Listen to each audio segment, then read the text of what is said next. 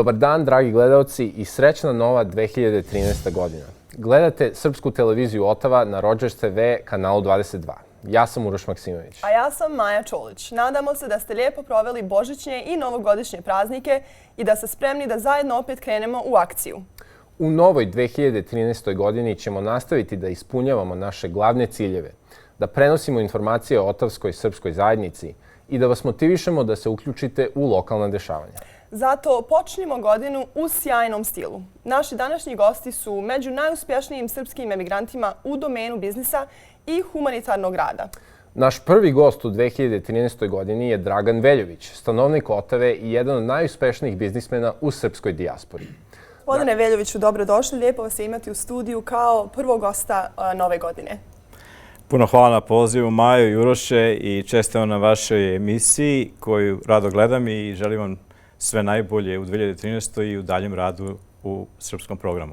To nam stvarno puno znači i naravno jedan od naših glavnih ciljeva je da motivišemo lokalne Srbe u lokalnoj zajednici da se kao prvo uključe u zajednicu, ali također da imaju svoje projekte, bili oni u humanitarnom radu, volontiranju ili čak u biznisu. A kada je reč o biznisu, hteo sam da vas pitam za početak jedno opširno pitanje. Koji su ključni faktori uspeha u biznisu? Da li ih možete identifikovati? Uroše, to je $1 billion question. Pa da vam kažem nešto, ima puno faktora koji utiču na uspeh u biznisu, jer kao što svi znate, 9 od 10 biznisa ili 99 od 100 propadne u ovim startupima, u high-techu i tako dalje. Ja ću pokušati samo da izdvojim par ključnih komponenti za uspeh u biznisu. Prvo je timing.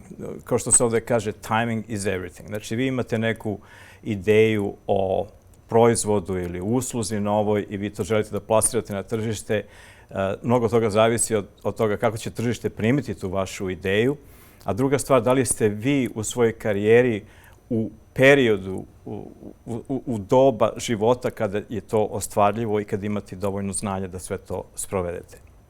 Znači, poslije tajminga bi naveo kao drugu stvar change management. Znači, kako možete da se adaptirate na promjene. Jer jedina stvar koja je sigurna, konstanta u vremenu je promjena.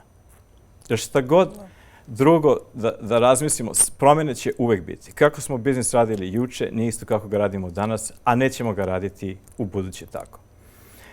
Treća stvar koju bih rekao je rizici. Kako raditi risk management o kome se dosta priča? Pre svega, kad započnete neki biznis, morate da shvatite koji su to rizici koji su pred vama i koje vi treba da vodite računa i šta možete da uradite da biste sprečili kolaps vašeg biznisa. Naprimjer, cash flow je veliki problem. Znači, rizike treba stalno, maltene imati radar i stalno osmatrati šta se to dešava u spoljašnjem svetu, a šta se dešava u vašem unutrašnjem svetu u vašoj kompaniji. Znači, tu postoji neki faktor adaptibilnosti, risk managementa. A da vas pitam, koja je uloga sreće u svemu tome? Pa, obično svi kažu, on je bio srećan kad nešto se uspešno završi. Međutim, i naša stara izreka kaže sreća prati hrabre. Pa evo ja vas da pitam. Kad bi ponovo bila zlatna groznica, recimo, kao što je bilo u Kaliforniji, šta biste radili? Biste išli da tražite zlato ili biste napravili biznis da prodajete ašove i lopate? Ja bi možda išla da tražim zlato. Ako je u Kaliforniji. Kakva je zima u Kanadi, ja bi išla u Kaliforniji. Ali možeš da prodaješ i ašove u Kaliforniji, isto nije problem.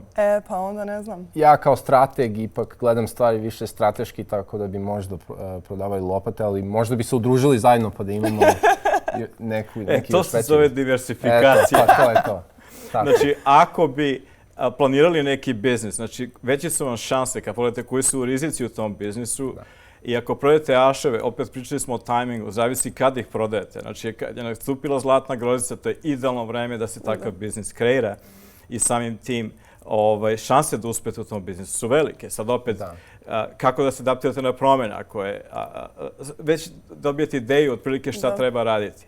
A oni koji vole da idu na bingo, znači na lutriju, da win big or go home, oni će idu da traže zlato.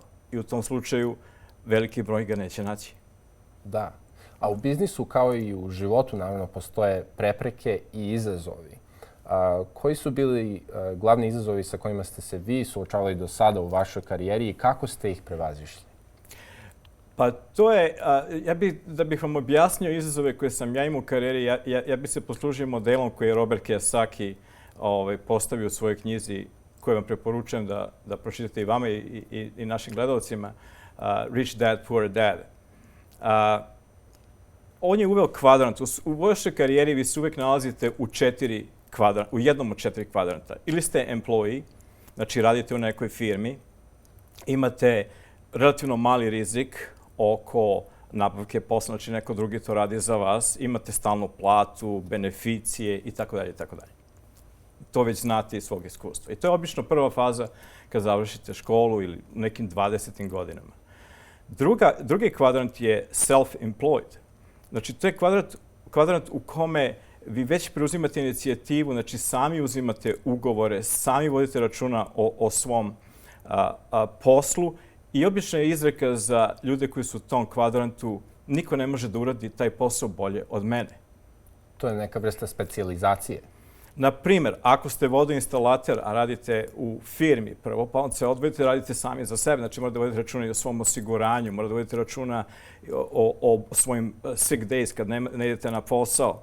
Znači, morate mnogo više da planirate nego kad ste zaposleni, ali i monetarna nagrada je mnogo veća. Da.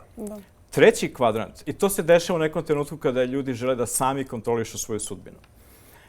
Treći kvadrant je B, business.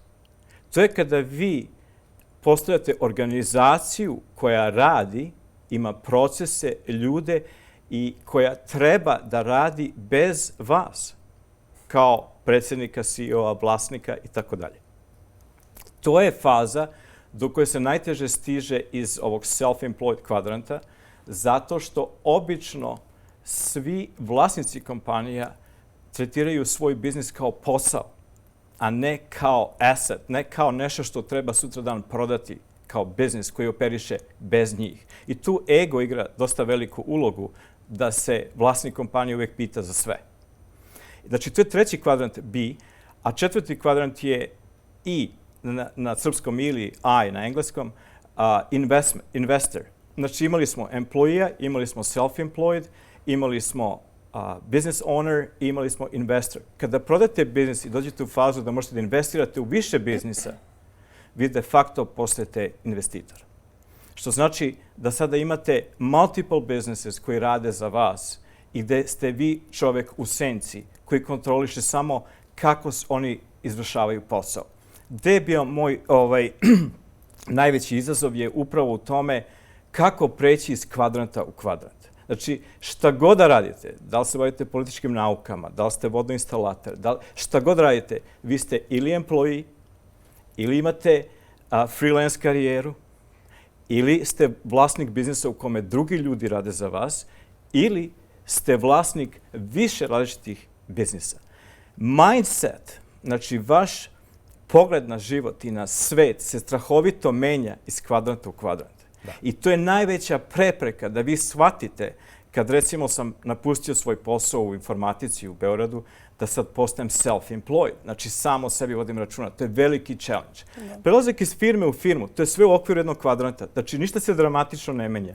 Dramatična promjena u vašem životu se dešava kad vi menjate, idete iz employee uloge u ulogu self-employed ili želite da napravite biznis. Ili recimo sad koji je meni challenge, ili ja se nalazim u onom kvadrantu investitora, da se ne mešam u biznis, nego da ga gledam samo sa strane. Znači, svaki taj kvadrant vas tera u određeni način ponašanja da znate kako da budete u njemu uspešni. Da. I dok pišemo o projektima, na kojim projektima radite u Ottawskoj srpskoj zajednici i kako ljudi mogu da vam se pridruže? Pa, ako pričamo o biznisu, moramo da spomenemo i golf. Jer nema biznisa bez golfa, a nema ni golfa bez biznisa. Tako je. Tako da mogu da kažem da sam sa grupom naših entuzijasta smo napravili Srpsku golf asocijaciju, zvanično se zovemo Serbian Golfers of Ottawa. i organizacija raste za posljednje 4 godine, tako da sada ćemo u ove 2013. godine imati turnire svakog meseca i sada vam zvanično pozivam pred našim gledalcima da nam se pridružite i da uradite počasni udarac. Imat ćemo vjerojatno prvi turnir već u aprilu, maju. Znači, to je što se tiče golfa i glavni turnir naš Masters, to ga zovemo Serbian Open, je u vreme održavanja Srpskog festivala, tako da je i to neki fundraising događaj za našu zajednicu. Znači da uvežbamo udarac? Ja nikad u životu nisam bila golf, tako da taman ja sam. Pošto naš kvalitet igre, Majo, nije baš visok, ne brini, trebaju nam početnici. Vjerovatno imam skriveni talent, vjerujem. Kad počnem da će to biti. Mi sa radošću prihvatamo vaš poziv i sigurno ćemo znači, malo vežbajte sada u zimskim mesecima, a u planu mi je ono što je ozbiljno, to je da osnujemo Serbian Business Club of Ottawa, znači Srpski biznis klub koji je neophodan način organizacije da bismo mogli da udružimo kapital i ideje. Znači, imamo puno ideja, ljudi sa idejama, pogotovo vašu generaciju, a što kaže, nema kapitala. Tako da treba ujediniti jedno i drugo i jednostavno podučiti ljude kako da organizuju svoje biznise, gde da nađu te prave kontakte, kako da se usmeravaju i kako da kreiraju vrednost koja jednog trenutka može da se proda.